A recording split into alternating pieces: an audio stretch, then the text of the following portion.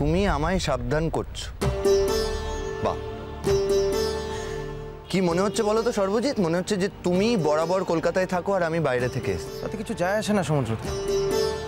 তুমি বরাবর কলকাতায় থাকো কি থাকো না, আমি গ্রাম থেকে এসেছি কি আসেনি, তাতে কথাটা বদলে যাবে না। কথাটা এটাই থাকবে যে আমি সিরিয়াসলি তোমায় সাবধান করলাম, তুমি এরম কোনো কাজ করতে যাবে না।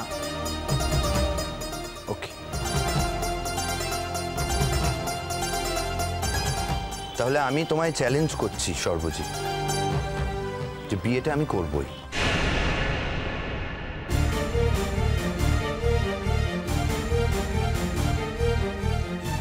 তা কোনেটাকে?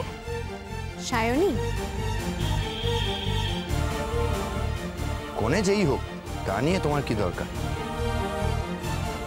দরকার আছে বই কি, কোনে কে জানবার দরকার আছে, কারণ কাকন্দির সংসারে আমি অন্য কাউকে আমার প্রাণ থাকতে ঢুকতে দেব না। চ্যালেঞ্জ করছো? করছি, আলবাত আলবাত করছি।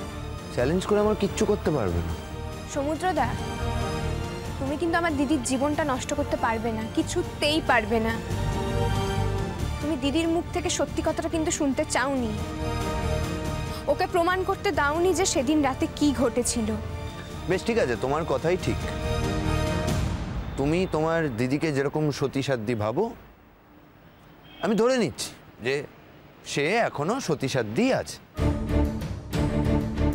কিন্তু আমার একটা কথা বলো, সে এখন কোথায়? এই মুহূর্তে কার সাথে থাকছে, কার সাথে রাত কাটাচ্ছে জানো তো? ওই ডাক্তারবাবুর সাথে। তো হ্যাঁ, থাকছে। কাকন্দি ডাক্তারবাবুর সঙ্গে থাকছে, তাতে কি হয়েছে? কি হয়েছে সমুদ্রদা? কি হয়েছে তাতে মানে? তোমাদের তাতে কিছু যায় আসতে না পারে, কিছু নাও মনে হতে পারে, কিন্তু আমার মনে হয় আমি এরকম একজন মানুষের সাথে থাকতে পারবো না যে কিনা আমার বিবাহিত স্ত্রী অথচ থাকে অন্য কারোর সাথে। সমুদ্রদা, তুমি আমার দিদিকে ঠিক কতটা নিচে নামাচ্ছ তুমি জানো? তুমি কি ভেবেছো সমুদ্রদা?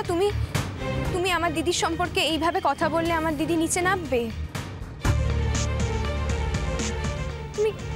তুমি মনে মনে একটু ভেবে দেখছো না যে তুমি এগুলো কি বলছো? তুমি দিদিকে কার সাথে তুলনা করছো? কেন বলো তো দিদি, কেন এগুলো করবে? দিদির কিসের দরকার? আসল কথা হচ্ছে তোমার দিদির না এক মানুষে বেশি দিন রুচি থাকে না। কি আর বলবো ছুটি, তুমি আমার থেকে অনেক ছোট, তো এর থেকে পরিষ্কার করে আর আমি তোমায় বলতে পারবো না। যে আসল কথাটা হচ্ছে যে একই মানুষের সাথে বেশি দিন থাকলে না তোমার দিদি বোর হয়ে যায়।